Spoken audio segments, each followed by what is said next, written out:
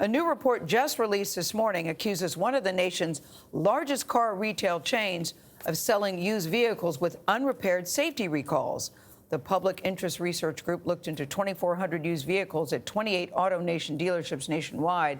It claims one in nine had safety recall issues, including problems linked to deaths and injuries. CBS This Morning consumer investigative correspondent, that's Anna Werner, has been looking into all of this. Anna, good morning. Good morning. In 2015, AutoNation said it would no longer sell used cars with open safety recalls, but it reversed course the next year. And PIRG says it's been looking into how many unrepaired used cars are sold to consumers. But this issue isn't limited to AutoNation. We checked in with a Florida car dealer we met 3 years ago who says it's still a problem nationwide. In Lake Park, Florida, dealer Earl Stewart walks through a lot filled with cars that he owns but refuses to sell because they have defective Takata airbags. If I can't sell a car that I would sell to my own family, to my customer, I'm not going to sell the car. Stewart estimates he's lost close to $600,000 on those cars over the past 3 years because he can't get the parts to fix them. We have to hold those cars until the Takata airbag is available to fix it. So I'm suffering a huge amount. Most of that $500,000 plus is from depreciation.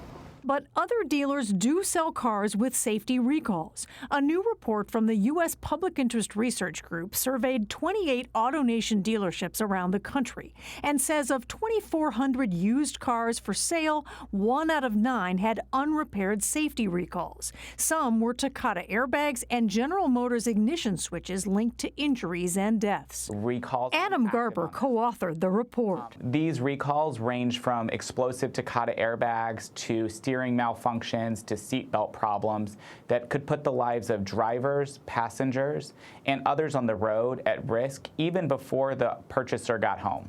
In 2015, AutoNation said it would no longer sell any vehicle, used or new, with an open safety recall. Well, we're just going to put the customer first and the customer's safety first. That was former CEO Mike Jackson on CNBC. You better care about recalls.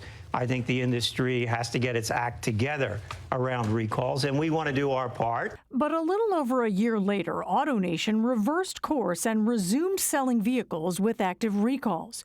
Jackson told Automotive News, with the Trump administration, there's no way that issue is going to be addressed from a regulatory point of view. AutoNation advertises that these processes is worry-free, and they're not worry-free. If I have a car with a Takata airbag in it, that's something I'm probably pretty worried about. AutoNation told us it has not had the opportunity to see the U.S. PIRG report, but disputed its accuracy, saying it repairs the cars if it has the parts or holds the cars if instructed to by manufacturers. For cars it does sell with unrepaired recalls, the company said they sell them with full disclosure.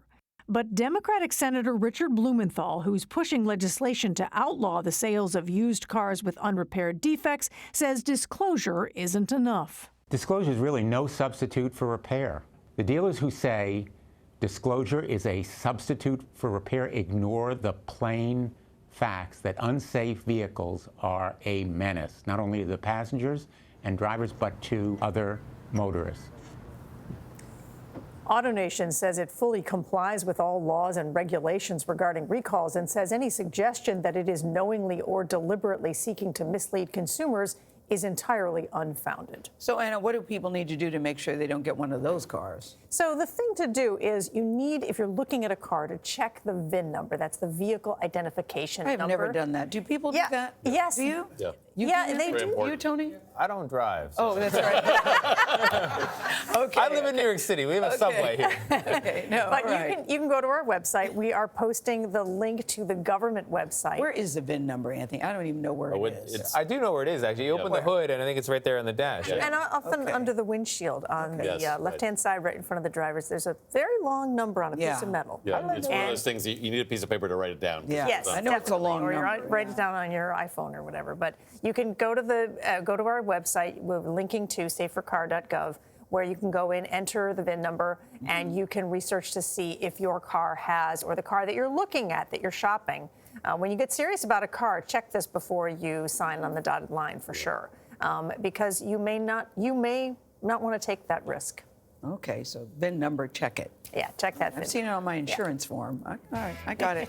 Thank you, Anna. We're going to ask you about your VIN number tomorrow. Anna, thank you.